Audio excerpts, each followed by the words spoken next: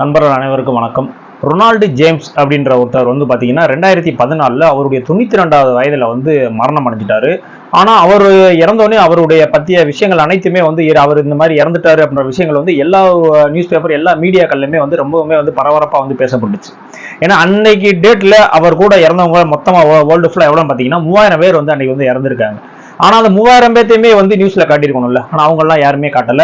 இந்த ரொனால்டு ஜேம்ஸினுடைய பேர் மட்டும் தான் வந்துட்டு இருந்துச்சு. ஏன் அவருடைய பேர் மட்டும் வந்துட்டு இருந்துச்சு அப்படின்ற மாதிரி நம்ம செக் பண்ணோம் அப்படின்னு பாத்தீங்கன்னா, அவர் சம்பாதிச்ச கிட்டத்தட்ட ஒரு 8 மில்லியன் அமௌண்ட்ல 8 மில்லியன் டாலர் அமௌண்ட்ல வந்து பாத்தீங்கன்னா $2 மில்லியன் அமௌண்ட் அவருடைய வளர்ப்பு பிள்ளைகளுக்கு கொடுத்துட்டாரு. மிச்சம் இருக்கிற அந்த $6 மில்லியன் வந்து தன்னுடைய ஏரியாவை சுத்தி இருக்கிற சின்ன சின்ன ஆசிரமங்கள், அனாதர ஆசிரமங்கள், இந்த கேன்சர் இதெல்லாம் வச்சிருப்பாங்களா, ஸோ அவங்க எல்லாத்துக்குமே வந்து தனித்தனியா வந்து பிரிச்சு அவங்க பேர்ல வந்து எழுதி வச்சிட்டாரு. ஸோ இதனாலதான் வந்து அவ்வளோ வந்து ஃபேமஸ் ஆனாரு. இத்தனைக்கும் அவர் வந்து பாத்தீங்கன்னா ஒரு கேஸ் கிளீன் பண்ற ஒரு வேலை தான் வந்து பார்த்துட்டு இருந்திருக்காரு. ஒரு கேஸ் கிடோன் இருக்குல்ல, அங்க வந்து கிளீனர் ஒர்க் தான் வந்து பார்த்துட்டு இருக்காரு. ஒரு கிளீனர் ஒர்க் பார்த்துட்டு இருக்கவர்கிட்ட இவ்வளவு பெரிய அமௌண்ட் வந்து எப்படி வந்துச்சு அப்படின்ற மாதிரியான ஒரு கேள்வி இருக்குல்ல. ஸோ அந்த கேள்வி தான் வந்து அவரை பத்தின தேடுதலுக்கு வந்து ஒரு முன்னுதாரணமா அமைஞ்சிச்சு. ஸோ அப்புறம் தான் வந்து தேடுறாங்க இவர் என்ன பண்ணியிருக்காரு அப்படின்ற விஷயம் வந்து தெரிய ஆரம்பிச்சிச்சு. ஸோ அவர் வந்து சின்ன வயசுல இருந்து அவர் கிடைச்ச சின்ன சின்ன அமௌண்ட்டுகளை வந்து கொஞ்சம் கொஞ்சமா வந்து சேர்த்து வைக்க ஆரம்பிச்சிருக்காரு.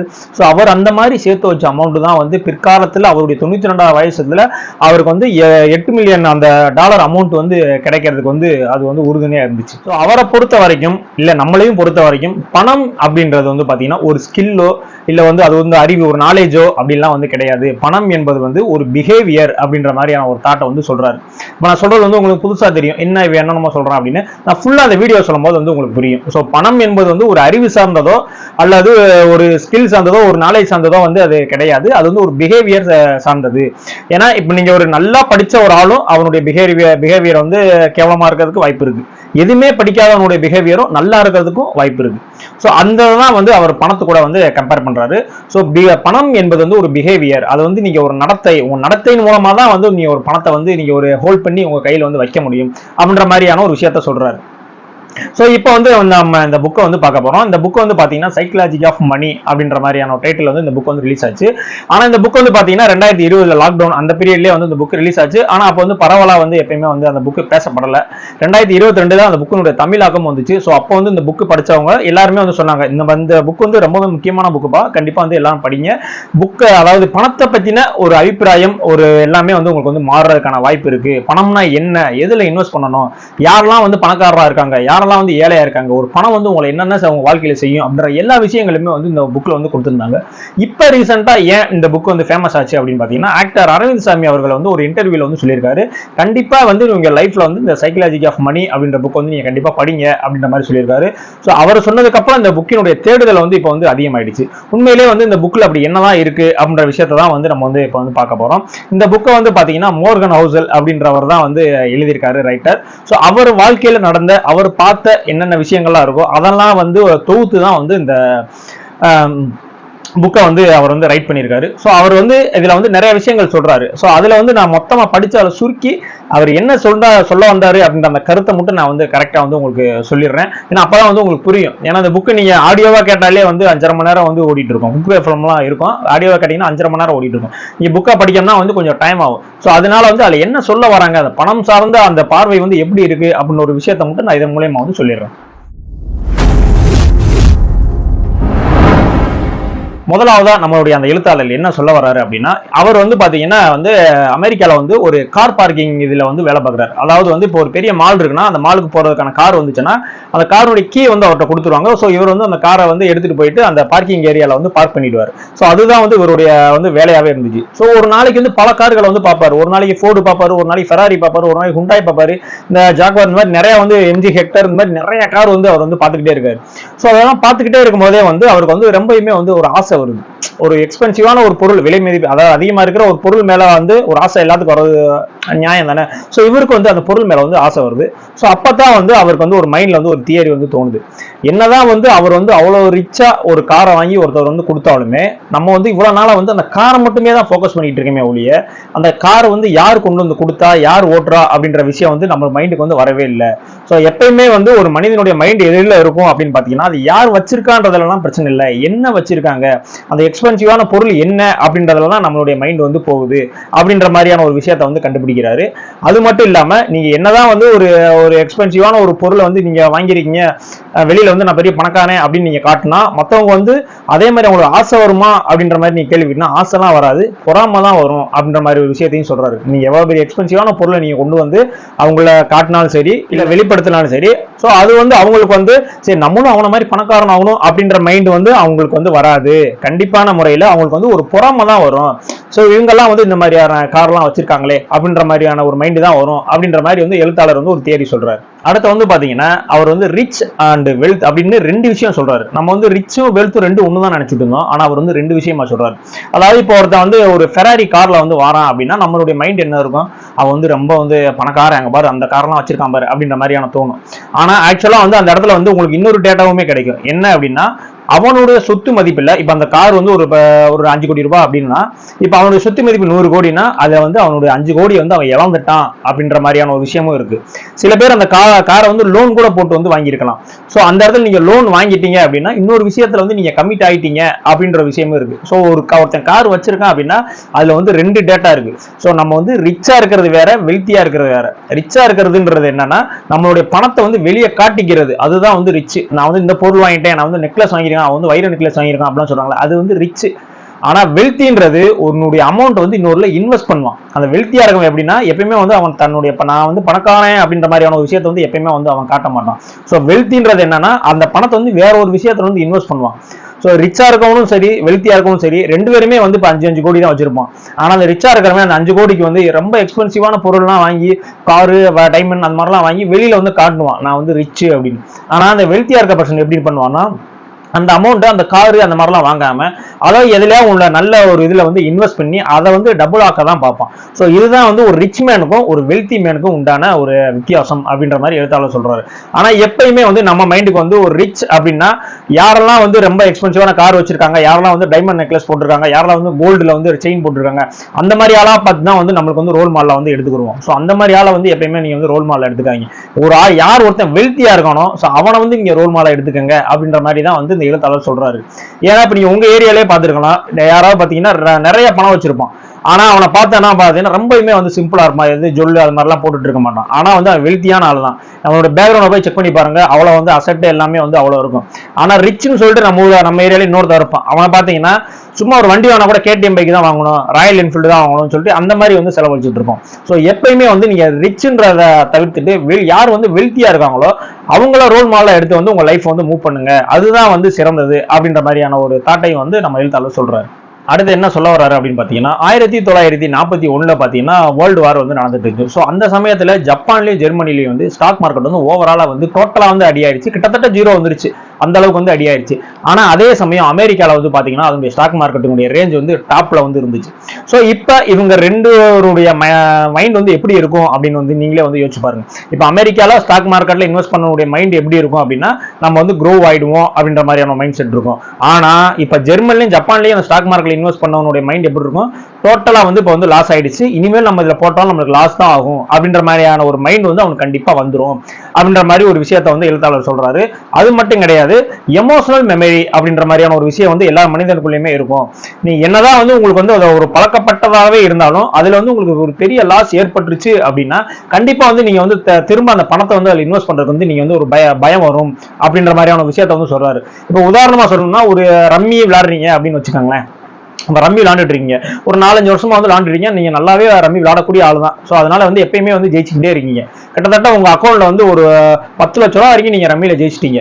ஆனா ஒரே ஒரு மேட்ச் விளையாடுறீங்க, அதுல 10 லட்ச ரூபாய் இழந்துட்டீங்க அப்படின்னா கண்டிப்பா நீங்க வந்து அதுக்கப்புறம் வந்து அந்த ரம்மி இதுக்கு வந்து நீங்க போகவே மாட்டீங்க. உங்களுடைய எமோஷனல் மெமரி வந்து உங்களை வந்து அந்த இடத்துல ஒரு பணத்தை வந்து இன்வெஸ்ட் பண்றதுக்கு வந்து உங்களை வந்து விடாது அப்படின்ற மாதிரியான ஒரு விஷயத்தை தான் வந்து எழுத்தாளர் சொல்றாரு. அது மட்டும் கிடையாது, பணம் சார்ந்த ஒரு முட்டாள்தனமான விஷயத்த வந்து எப்பயுமே வந்து ஒரு மனிதன் பண்ணுவான். ஆனா அதுக்காக வந்து அது வந்து முட்டாள்லாம் கிடையாது, அந்த நேரத்துல அந்த விஷயம் சரி அப்படின்றதான் வந்து கருத்து அப்படின்ற மாதிரி சொல்றாரு. அதாவது ஏன்னா இப்ப நான் ஜெயிச்சுக்கிட்டே இருக்கேன், ஸோ நான் திரும்ப நான் ஜெயிச்சிருவேன் அப்படின்ற ஒரு மைண்ட்ல தான் வந்து திரும்ப வந்து பந்தயம் கட்டுறான். ஆனா அதுல வந்து தோத்துறான். ஸோ இங்க வந்து அது சரியான விஷயங்கள் வந்து முட்டாள்தனமாகவும் அமைஞ்சிரும், சில சமயம் முட்டாள்தனமா பண்ற விஷயங்கள் வந்து சரியாகவும் அமைஞ்சிடும். இதுதான் வந்து எப்பயுமே வந்து பணத்தை பொறுத்த வரைக்கும் ஒரு விஷயம் வந்து நடக்கும். இப்ப உதாரணமா நான் சொல்ல வரேன் அப்படின்னா, நீங்க ஒரு ட்ரீம் லெவல்ல வந்து காசு கட்டுறீங்க, ஒரு டீம் மேல வந்து காசு கட்டுறீங்க, நல்லா தெரிஞ்சவன் இது நமக்கு சரின்னு சொல்லி கட்டுவான். ஆனா அதோட ரிசல்ட் வந்து பாத்தீங்கன்னா முட்டாள்தனமா ஆயிடும். அவன் கட்டின காசு கூட அவனுக்கு வந்து வராம போயிடும். சிலவன் என்ன பண்ணுவான் பாத்தீங்கன்னா, முட்டாள்தனமா வந்து இது சும்மா ஏதோ ஒரு டீம் செலக்ட் பண்ணுவான் அப்படின்ற மாதிரி வந்து செலக்ட் பண்ணுவான். ஆனா அது வந்து திரும்ப வந்து அது வந்து சரியா கூட அமையறதுக்கான வாய்ப்பு இருக்கு. ஸோ பணத்தை பொறுத்த வரைக்கும் இங்க சரி முட்டாள்தனம் அப்படின்ற மாதிரியான எந்த விஷயமே கிடையாது அப்படின்ற மாதிரி வந்து எழுத்தாளர் சொல்றாரு. அதே மாதிரி எந்த ஒரு பிசினஸா இருந்தாலும் சரி, அதுல வந்து ஒரு லக் அண்ட் ரிஸ்க் வந்து எப்பயுமே இருக்கும் அப்படின்ற மாதிரியான ஒரு விஷயத்த வந்து ஆத்தர் சொல்றாரு. இந்த விஷயத்தை வந்து யாருமே வந்து ஏத்துக்க மாட்டாங்க. ஆனா ஆக்சுவலா இது உண்மை அப்படின்ற மாதிரியான ஒரு கருத்தை தான் வந்து அவர் பதிவு பண்றாரு. இப்ப வந்து பில் கேட்ஸ் நீங்க எடுத்துக்கிட்டீங்கன்னா, அவர் வந்து சியாட்டல்ல வந்து பாத்தீங்கன்னா லேக் சைட் அப்படின்ற மாதிரியான ஒரு இடத்துல உள்ள பள்ளிக்கூடத்துல தான் வந்து அவர் வந்து படிச்சாரு. அவர் வந்து 8th ஸ்டாண்டர்ட். ஸோ அந்த நேரத்துல அந்த லேக் சைட்ல இருக்கிற ஒரே ஒரு அந்த ஸ்கூல்ல மட்டும்தான் வந்து கம்ப்யூட்டர் இருந்துச்சு, வேற எங்கேயுமே வந்து கிடையவே கிடையாது. ஏன்னா இவர் வந்து அந்த சியாட்டல்ல பிறந்தனால அந்த லேக் சைட்ல இருக்க ஸ்கூல்ல போய் படிச்சாரு. ஆனா அதே டயத்துல கிட்டத்தட்ட 30 கோடி பேர் வந்து அந்த இடத்துல வந்து 8th படிச்சிருக்கலாம் மொத்த வேர்ல்டுல. ஆனா அதுல 300 பேர் மட்டும்தான் வந்து அந்த லேக் சைட் அது அப்படின்ற அந்த இன்ஸ்டியூட்ல போய் படிச்சிருக்காங்க. அப்ப இதுல இருந்து என்ன தெரியுது, இப்ப இவர் கூட பிறந்ததுல ஏகப்பட்ட பேர் வந்து ஜீனியஸா கூட இருந்திருக்கலாம். பில்கேட்ஸ் பிறந்த அதே நேரத்துல ஏகப்பட்ட பேர் பிறந்திருக்கலாம், அவங்களுமே வந்து பில்கேட்ஸை விட ஜீனியஸாவே இருந்திருக்கலாம். ஆனா அவர் வந்து இந்த இடத்துல பிறந்திருக்காரு அப்படின்ற ஒரு விஷயம் இருக்குல்ல, அது வந்து அவருடைய லக்கு தானே. ஸோ அது வந்து அவர் வந்து கொண்டு வரல, அது வந்து அவரோட லக்கு மூலியமா தான் அமைஞ்சது. ஒருவேளை பில்கேட்ஸ் வந்து அந்த சியாட்டல்ல அந்த லேக் சைடு இருக்கிற அந்த ஸ்கூலுக்கு போகல அப்படின்னா கண்டிப்பா வந்து என்னால வந்து இந்த மைக்ரோசாஃப்ட் ஆரம்பிச்சு இவ்வளவு பெரிய பிசினஸ் மேனா வந்திருக்க முடியாதுன்னு அவர் வாயாலேயே வந்து நிறைய வந்து சொல்லி இருக்காரு. அது மட்டும் கிடையாது, அவரை விட அவருடைய ஃப்ரெண்ட் ஒருத்தர் வந்து ரொம்பவுமே ஜீனியஸ் தான். என்னை விட வந்து அவன் வந்து ஜீனியஸ் அப்படின்ற மாதிரியான விஷயத்த அவர் பில் கேட்ஸே வந்து சொல்லியிருக்காரு. ஆனா அவர் வந்து ஒரு மவுண்டன் ட்ரெக்கிங்ல வந்து இறந்து போயிட்டாரு. ஸோ இந்த இடத்துல வந்து லக்கு அப்படின்ற விஷயம் வந்து உண்மையிலே வந்து அந்த இடத்துல வந்து பிளே ஆகும். ஏன்னா இப்போ வந்து ஒரு மவுண்டன் ட்ரெக் போகும்போது வந்து இறந்துட்டாரு அப்படின்றாங்க, ஒரு மலையில டிராவல் பண்ணும்போது வந்து இறந்துட்டாரு. ஆனா அவர் வந்து இறந்துட்டாரு அப்படின்ற விஷயம் வந்து அது வந்து கோடியில ஒன்னே ஒண்ணுதான் வந்து அந்த மாதிரி நடக்கும். மவுண்டன்ல இந்த ட்ரெக்கிங்ல போய் இறக்குறது கோடியில ஒன்னே ஒண்ணுதான் நடக்கும். ஆனா அது வந்து நடந்துருச்சு.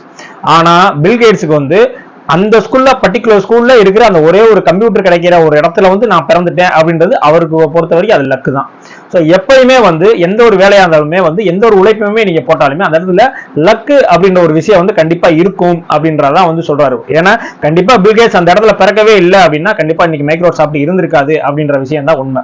நம்ம என்னதான் வந்து 100% உழைச்சாலும் அதனுடைய ரிசல்ட் வந்து 20% கூட கிடைக்க வாய்ப்பு இருக்கு. ஆனா இன்னைக்கு 20% போட்டு உழைச்சு 100% கூட வந்து உழைக்கிறதுக்கு வந்து வாய்ப்பு இருக்கு, ரிசல்ட் கிடைக்கிறதுக்கு வாய்ப்பு இருக்கு அப்படின்ற மாதிரியான கருத்தை வந்து எழுத்தாளர் வந்து சொல்றாரு.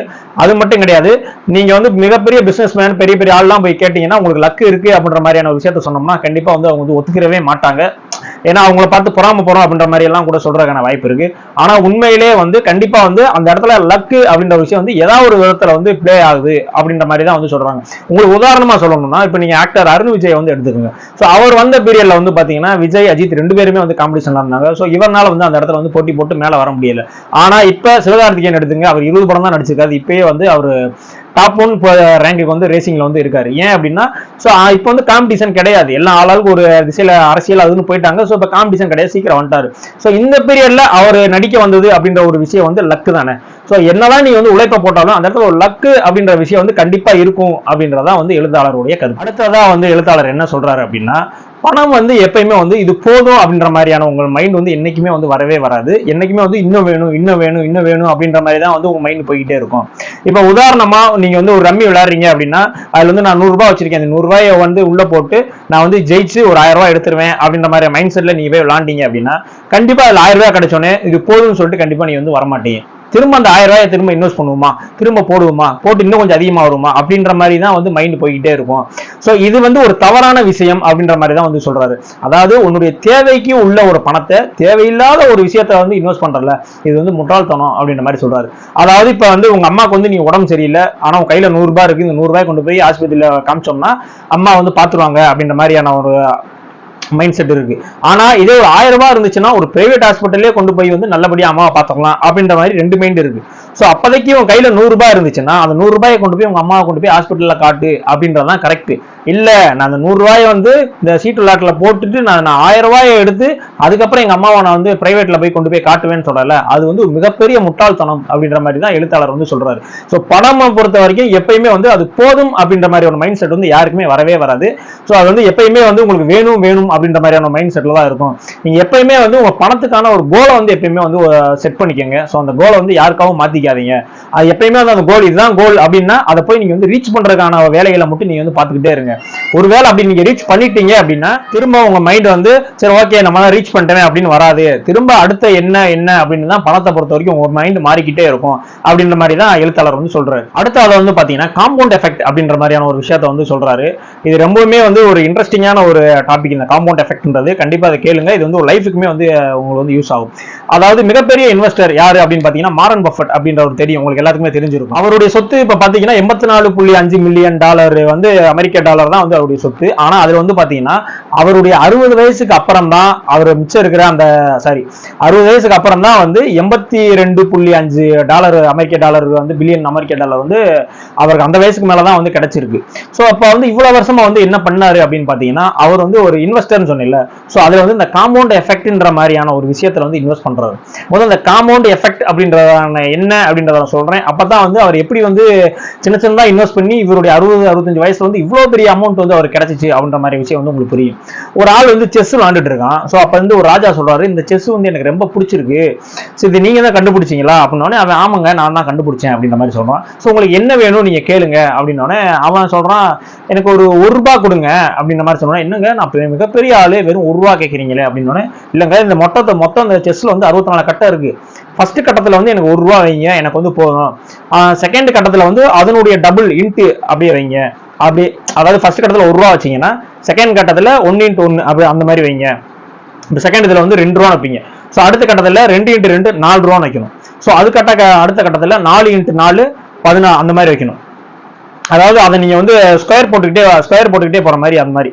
ஸோ அதுக்கப்புறம் வந்து 8x8 64. இப்போ 64x64. ஸோ அந்த மாதிரி ஒரு கட்டத்துக்குமே வந்து டபுளா வந்து அந்த இன்ட்டு பண்ணிட்டு எவ்வளவு வருதோ அதை நான் வாங்கிக்கிறேன் அப்படின்ற மாதிரி சொல்லிட்டாரு. ஸோ இது என்ன 64 கட்டம் என்ன பெரிய அமௌண்ட் வந்துட போகுது அப்படின்ற மாதிரி அவரும் நான் சரி அப்படின்ற மாதிரி சொல்லிட்டாரு. ஆனா அதுக்கப்புறம் தான் தெரியுது அது மொத்தமா அந்த 64 கட்டம் முடியும் போது அந்த அமௌண்ட் வந்து கால்குலேட்டர்னாலே வந்து கணக்கிட முடியல அப்படின்னு. நீங்க வேணா ட்ரை பண்ணி பாருங்க, அது வந்து உங்க கால்குலேட்டர்னாலே வந்து கணக்கிட பண்ண முடியாது. அவர் கேட்ட அமௌண்ட் வந்து பாத்தீங்கன்னா இவர் வந்து ஏதோ ஒரு சின்ன அமௌண்ட் தான் கேட்டிருக்காருன்ற மாதிரி அவரை நினைச்சுக்கிட்டாரு. ஆனா கிட்டத்தட்ட அவருடைய மொத்த வெல்த்வே வந்து அவர் வந்து கேட்டிருக்காரு அப்படின்றதுதான் உண்மை. ஸோ இதுதான் வந்து அந்த காம்பவுண்ட் எஃபெக்ட்னு சொல்றது. நம்ம போடுற சின்ன அமௌண்ட் வந்து பாத்தீங்கன்னா அது பல வருஷத்துல கொஞ்சமா டபுள் ஆகி உங்களுடைய ஏஜ் ஒரு 60 வயசு 65 வயசுல வந்து ஒரு மிகப்பெரிய அமௌண்ட்டை வந்து உங்க கைக்கு வந்து சேரும் அப்படின்றதான் வந்து இந்த காம்பவுண்ட் எஃபெக்ட் அப்படின்ற மாதிரி சொல்றாங்க. எப்பவுமே வந்து பணத்துக்கு வந்து அந்த ஒரு டைம் கொடுங்க அப்படின்ற மாதிரி சொல்றாங்க. பணத்தை இன்னைக்கு போடுறேன் இந்த 15 நாள்ல எனக்கு வந்து ₹500 எக்ஸ்ட்ரா ₹1500 கொடுப்பான் அப்படிலாம் வந்து ஒரு பணத்தை வந்து நீங்க ஹேண்டில் பண்ண முடியாது. நீங்க ஒரு 10,000 இன்வெஸ்ட் பண்றீங்க அப்படின்னா ஒரு 10 வருஷம் கழிச்சு தான் அது நல்ல ஒரு மெச்சூரிட்டி ஆகி ஒரு அமௌண்ட் ஆகி வந்து உங்களுக்கு கிடைக்கும். பணத்துக்கு வந்து அதுக்கான கால அளவை வந்து நீங்க எப்பவுமே பணத்துக்கு நீங்க கொடுத்துட்டீங்க அப்படின்னா கண்டிப்பா வந்து பயங்கரமான ஒரு மெச்சூரிட்டி ஆகி வந்து உங்க கைக்கு கிடைக்கும் அப்படின்றதான் வந்து எழுத்தாளர் சொல்றாரு. இந்த ஒரு விஷயத்தை தான் வந்து இன்வெஸ்டரான வாரன் பஃபெட் வந்து யூஸ் பண்ணிட்டு இந்த விஷயத்தை தான் வந்து அப்ளை பண்ணி கிட்டத்தட்ட $84.5 மில்லியன் கோடி வந்து இன்னுமே வந்து அவர் வச்சிருக்காரு. அடுத்ததா பாயிண்ட் என்ன சொல்ல வர்றாரு அப்படின்னா பணக்காரன் ஆவதற்கும் பணக்காரனாவே இருக்கிறதுக்கும் ஒரு வித்தியாசம் இருக்கு அப்படின்ற மாதிரி வந்து சொல்றாரு. என்ன ரெண்டுமே ஒரே மாதிரி தோணுதுல, ரெண்டுமே வந்து வேற. நீங்க வந்து பணக்காரன் ஆவறதுக்கு வந்து நீங்க வந்து ரிஸ்க் எடுத்துக்கிட்டே இருக்கலாம். ஆனா பணக்காரனாவே இருக்கிறதுக்கு அப்படின்றது நீங்க ரிஸ்க் எடுக்காம பாத்துக்கிறதா வந்து நீங்க பணக்காரனாவே இருக்கிறது அப்படின்ற மாதிரியான ஒரு கருத்தை வந்து அவர் வந்து சொல்றாரு. ஸோ அந்த பணக்காரன் ஆகிறவனுக்கு அவன் வந்து என்ன மைண்ட் செட்டா இருக்கு அப்படின்னா நான் வந்து ஜீரோல இருந்து ஆரம்பிச்சு நான் வந்து படிப்படியா வந்து பணக்காரன் ஆயிட்டேன். ஸோ என்னால வந்து திரும்பவுமே வந்து ஜீரோல இருந்து ஆரம்பிச்சு நான் வந்து பணக்காரன் ஆயிருவேன் அப்படின்ற மாதிரியான ஒரு மைண்ட் செட் வந்து இருக்கும். அது வந்து உண்மையிலேயே வந்து தவறான மைண்ட் செட் அப்படின்ற மாதிரியான எழுத்தாளர் வந்து சொல்றாரு. ஏன் அப்படின்னா நீங்க வந்து ஜீரோல இருந்து ஆரம்பிச்சு கொஞ்சமா நீங்க மேல வர்றீங்கல்ல. ஸோ அதுக்கு இடையில வந்து ஏகப்பட்ட விஷயங்கள் வந்து நடந்திருக்கும். நான் முன்னாடி சொன்ன மாதிரி அந்த லக்கு அந்த மாதிரி நிறைய இன்சிடென்ட் எல்லாம் நடந்திருக்கும். ஸோ திரும்ப நீங்க அதே மாதிரி ஆரம்பிச்ச இடத்துல திரும்ப வரணும்னா அதே லக்கு இதெல்லாம் வருமா அப்படின்னா அது வந்து கேள்விக்குறிதான். ஸோ எப்பயுமே வந்து நீங்க பணக்காரன் ஆகுறதுக்கு வந்து நீங்க ரிஸ்க் எடுங்க. ஆனா நீங்க பணக்காரனாவே இருக்கிறதுக்கு வந்து ரிஸ்க் எடுக்கிறத வந்து குறைங்க அப்படின்ற மாதிரியான விஷயத்த வந்து சொல்றது. பணக்காரன் ஆகுறது எவ்வளவு பெரிய முக்கியமோ அதே மாதிரி பணக்காரனாவே இருக்கிறதுக்கு அந்த பணத்தை பாதுகாத்து வைக்கிறதும் மிகவும் முக்கியம் அப்படின்ற மாதிரியான விஷயத்தையும் வந்து பதிவு பண்றாரு. அடுத்ததா என்ன சொல்ல வராரு அப்படின்னா இப்ப டிஸ்னி எடுத்துக்கிட்டீங்களா, டிஸ்னி திரைப்படங்கள் எடுக்கிறாங்கல்ல. ஸோ அவங்க வந்து பாத்தீங்கன்னா கிட்டத்தட்ட 100க்கும் மேற்பட்ட படங்கள் வந்து அந்த 1980 டைம்ஸ்லயே வந்து எடுத்திருக்காங்க. ஆனா அவங்களுக்கு வந்து பாத்தீங்கன்னா மிகப்பெரிய சக்சஸ் கொடுத்தது எதுன்னு பாத்தீங்கன்னா ஸ்னோ ஒயிட் அப்படின்ற ஒரு படம் தான் வந்து மிகப்பெரிய வந்து சக்சஸ் கொடுத்திருக்கு. ஆனா அதுக்கு முன்னாடி வந்து அவங்க நிறைய படங்கள் எடுத்திருக்காங்க, அது எதுவுமே வந்து அவங்க வந்து சக்சஸ் கொடுக்கல. ஸோ அதே ஒரு விஷயத்தை தான் வந்து அவர் வந்து எழுத்தாளர் என்ன சொல்றாரு அப்படின்னா, நீங்க வந்து எல்லாத்தினுடைய சின்ன சின்ன விஷயத்துல எல்லாத்துலயுமே வந்து நீங்க வந்து அமௌண்ட் வந்து இன்வெஸ்ட் பண்ணுங்க. ஏன்னா உங்களுக்கு தேவையானது என்ன, ஒரு வெற்றி தான் தேவை. ஸோ அந்த வெற்றிக்கு வந்து ஒரு 10 இதுல வந்து நீங்க இன்வெஸ்ட் பண்ணுவீங்க, அந்த 10ல எதுலையாவது ஒண்ணு வந்து உங்களுக்கு அந்த வெற்றி வந்து கொடுத்துரும். ஸோ அந்த ஒரே ஒரு வெற்றி வந்து உங்களுக்கான மொத்த சூழ்நிலையுமே வந்து உங்களுக்கு ஏற்ற மாதிரி வந்து அமைச்சு கொடுத்துரும் அப்படின்ற மாதிரி சொல்றாரு. நீங்க நான் வந்து ஒரே ஒரு எல்ஐசி மட்டும் போட்டு வச்சிருக்கேன்ப்பா, இது வந்துச்சுன்னா எனக்கு வந்து நான் ஒரு லைஃப் செட்டில் ஆயிருப்பா அப்படின்ற மாதிரி தோணும். சில பேர் பார்த்தீங்கன்னா ஏகப்பட்ட சேவிங் ஸ்கீம் போட்டு வச்சிருப்போம், அதுல ஏதாவது ஒண்ணு திடீர்னு கவர்மெண்ட் வந்து இல்லப்பா அதுக்கு இன்ட்ரெஸ்ட் ஏத்திட்டோம் அப்படின்னா உனக்கு வரக்கூடிய அமௌண்ட் மிகப்பெரிய மெச்சூரிட்டியில வந்து அந்த அமௌண்ட் வந்து வரும். ஸோ அதே தியரியா தான் சொல்றாரு. ஸோ நிறைய இதுல வந்து நீங்க இன்வெஸ்ட் பண்ணுங்க, ஏதாவது உள்ள வந்து உங்களுடைய வாழ்க்கை வந்து சேவ் பண்ணி கொடுத்துரும்.